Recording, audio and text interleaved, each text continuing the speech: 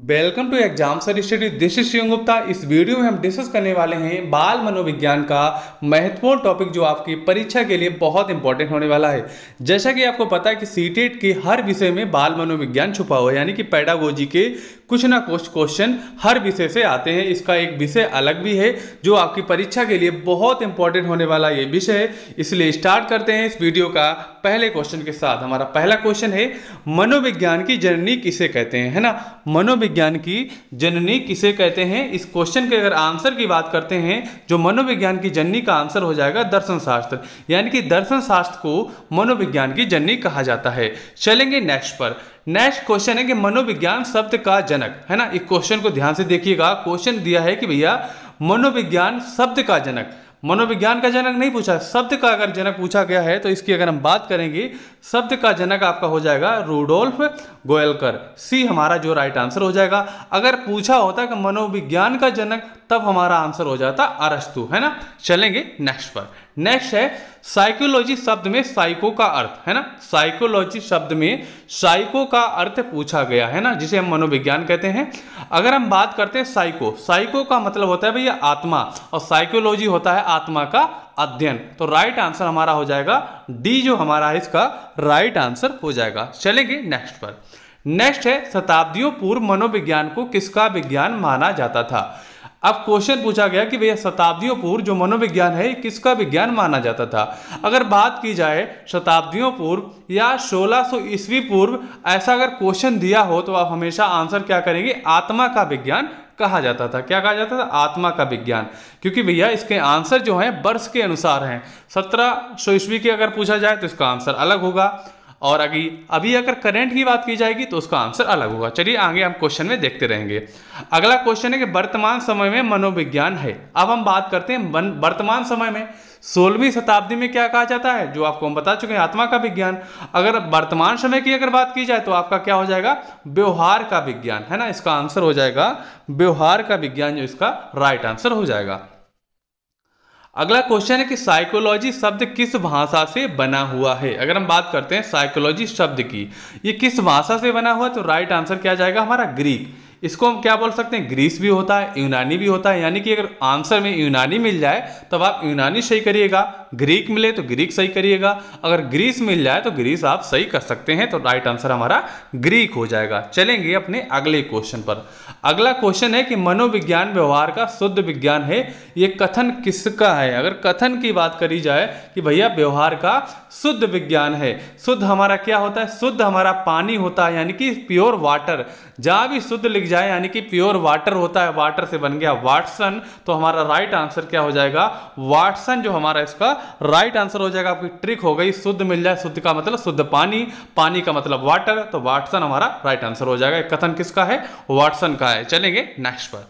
Next है 16वीं शताब्दी में मनोविज्ञान था। अभी क्वेश्चन आपको हम बता चुके हैं 16वीं शताब्दी में मनोविज्ञान क्या था, तो आपको हम बता चुके हैं 16वीं शताब्दी या पूर्व की बता दी जाए, यानी कि शताब्दी पूर्व की बात की जाए तो इसका आंसर हमेशा आपका क्या रहेगा, आत्मा का विज्ञान कहा जाता था। अगर हम बात करेंगे करेंट समय की, यानी कि अभी की बात करेंगे 20वीं शताब्दी की, तो इसमें कहा जाता है व्यवहार का विज्ञान। अभी का हमारा आंसर हो जाएगा, यानी कि 16वीं शताब्दी का आंसर हो जाएगा आत्मा का विज्ञान। चलेंगे अपने अगले क्वेश्चन पर। अगला क्वेश्चन है स्वभाव और प्रकृति से छोटे बच्चे होते हैं। अगर हम बात करते हैं स्वभाव और प्रकृति से छोटे बच्चे कैसे होते हैं, अगर हम छोटे बच्चों की बात करेंगे, छोटे बच्चे क्या होते हैं भैया, सक्रिय होते हैं। क्यों, कोई भी काम करने के लिए भले ही वो चल नहीं पाते, घुटने से चलेंगे, एकदम एक्टिव होंगे, दौड़े घूमेंगे, है ना। उसके अलावा कोई भी चीज़ देखेंगे, है ना, उसकी तरफ भागेंगे। अब थोड़ा अगर हल्का बड़े होंगे छोटे ही बच्चे, तो वो हर चीज़ पूछते हैं, हर चीज़ में क्वेश्चन करते हैं, ये कैसा है क्या नहीं। यानी कि छोटे बच्चे जो भैया क्या है, सक्रिय भी होते हैं और जिज्ञासु भी होते हैं, तो राइट आंसर हमारा क्या हो जाएगा, डी हो जाएगा। छोटे बच्चे सक्रिय और जिज्ञासु होते हैं, तो राइट आंसर हमारा डी हो जाएगा। चलेंगे नेक्स्ट पर। नेक्स्ट है हमारा शिक्षा मनोविज्ञान का केंद्र है, किसका केंद्र। अगर हम बात करते हैं शिक्षा मनोविज्ञान का, बालक इसका केंद्र है ना। पहले जो शिक्षा दी जाती थी वो थी भैया शिक्षक केंद्रित शिक्षा, लेकिन जो वर्तमान में शिक्षा है बाल केंद्रित शिक्षा, यानी कि बाल केंद्रित शिक्षा, जो बालक जैसा है उसके पूर्व ज्ञान को अनुमान लगाकर उसको पढ़ाया जाएगा तो बच्चा आसानी से सीखता है। ये शिक्षा जो है बालक के लाभदायक होती है। तो अभी की जो शिक्षा है भैया कैसी है, बाल बाल केंद्रित शिक्षा यानी बालक के अधीन है, बालक इसका केंद्र बिंदु है, तो राइट आंसर हमारा ए हो जाएगा। चलेंगे नेक्स्ट पर। नेक्स्ट है 17वीं शताब्दी में मनोविज्ञान था। अगर हम बात करते हैं 17वीं शताब्दी मनोविज्ञान क्या था, अगर हम बात करते हैं 16वीं शताब्दी में तब क्या था, आत्मा का विज्ञान था, है ना। वर्तमान की बात करते हैं तो व्यवहार का विज्ञान था। लेकिन 17वीं शताब्दी की जब बात की जाए तो इसका राइट आंसर हमेशा क्या करेंगे भैया, मन का विज्ञान था। किसका, मन का विज्ञान, है ना। 16वीं का आत्मा का विज्ञान और वर्तमान का व्यवहार का विज्ञान, लेकिन 17वीं शताब्दी का हो जाएगा मन का विज्ञान था। किसका मतलब, मनोविज्ञान, है ना। चलेंगे नेक्स्ट पर। नेक्स्ट है 20वीं शताब्दी में मनोविज्ञान क्या था, है ना। 20वीं शताब्दी यानी कि वर्तमान समय, 20वीं शताब्दी यानी कि वर्तमान समय में मनोविज्ञान का मतलब यानी कि क्या था, तो इसका मतलब हो जाएगा व्यवहार का विज्ञान था, है ना। किसका था, व्यवहार का विज्ञान। ये हमारा हो जाएगा 17वीं शताब्दी का, है ना। ये हमारा हो जाएगा 16वीं शताब्दी का, है ना। इसको आप याद रखिएगा। चलेंगे नेक्स्ट पर। नेक्स्ट क्वेश्चन है मनोविज्ञान का बंजर काल किस शताब्दी को कहा जाता है ना। आपको हमने 16वीं शताब्दी का पढ़ाया है ना, 17वीं शताब्दी का पढ़ाया, लेकिन इसमें आप देखेंगे बंजर काल जो है भैया किसे कहा जाता है, 18वीं शताब्दी को कहा जाता है ना। इसका आंसर हो जाएगा 18वीं शताब्दी। नेक्स्ट क्वेश्चन है मनोविज्ञान का जनक, मनोविज्ञान का जनक किसे कहते हैं। इस क्वेश्चन का आंसर आपको पहले बता चुके हैं, तो इसका राइट आंसर क्या हो जाएगा, अरस्तु हो जाएगा। इसका आंसर क्या हो जाएगा, अरस्तु हो जाएगा। मनोविज्ञान का जनक अरस्तु। पहले पढ़ाया था आपको एक हमने मनोविज्ञान शब्द का जनक, और इसका अगर मनोविज्ञान का पूछा जाएगा तो अरस्तु हो जाएगा। नेक्स्ट क्वेश्चन है अनुभव एवं प्रशिक्षण द्वारा व्यवहार परिवर्तन को अधिगम कहते हैं। यह परिभाषा किसने दी है ना। अनुभव एवं प्रशिक्षण, जब आप प्रशिक्षण लेने गए थे अपने कॉलेज तो आप किससे होकर गए थे, गेट से होकर गए थे ना। गेट था आपके कॉलेज में, तो यानी कि जब प्रशिक्षण की बात की जाएगी तो आप गेट से होकर जाएंगे, गेट से होकर आएंगे। तो ये किसकी परिभाषा, ये गेट्स ने कहा था, तो राइट आंसर हमारा डी यानी गेट्स इसका आंसर हो जाएगा। अगला क्वेश्चन है आधुनिक मनोविज्ञान के जनक। अभी आपको हमने बताया था मनोविज्ञान के जनक, अब पूछा गया आधुनिक मनोविज्ञान के जनक। और जब भी आपको आधुनिक मनोविज्ञान के जनक पूछे जाएं तो इसका आंसर बदल जाएगा। इसका आंसर क्या हो जाएगा, विलियम जेम्स हो जाएगा। अगर वैसे पूछा जाता तो अरस्तु आपका आंसर था, है ना। चलेंगे नेक्स्ट पर। नेक्स्ट क्वेश्चन है मनोविज्ञान को आत्मा का विज्ञान माना है, ये किसने माना है ना। इसको आंसर आपको बताना है कि मनोविज्ञान को आत्मा का विज्ञान भैया अरस्तु ने माना है। किसने माना, अरस्तु ने माना है। तो राइट आंसर हमारा ए हो जाएगा। ए हमारा जो है राइट आंसर हो जाएगा। अगला क्वेश्चन है कक्षा की त्रमुखी अवधारणा है ना। कक्षा की त्रमुखी अवधारणा जो किसने दी, बहुत बार क्वेश्चन पूछा गया है। क्वेश्चन आपका काफ़ी जगह आ चुका है, चाहे आपका यूपी टेट हो, चाहे सी टेट हो, चाहे आपका अन्य एग्जाम हो, आपके मतलब शिक्षक के अन्य जो प्रदेश में एग्जाम हो, तो इसमें भी क्वेश्चन काफ़ी बार आया है। तो राइट आंसर आपका सी हो जाएगा। यानी जॉन डेवी ने कहा है कक्षा की त्रिमुखी अवधारणा किसने दी थी, जॉन डेवी ने दी थी।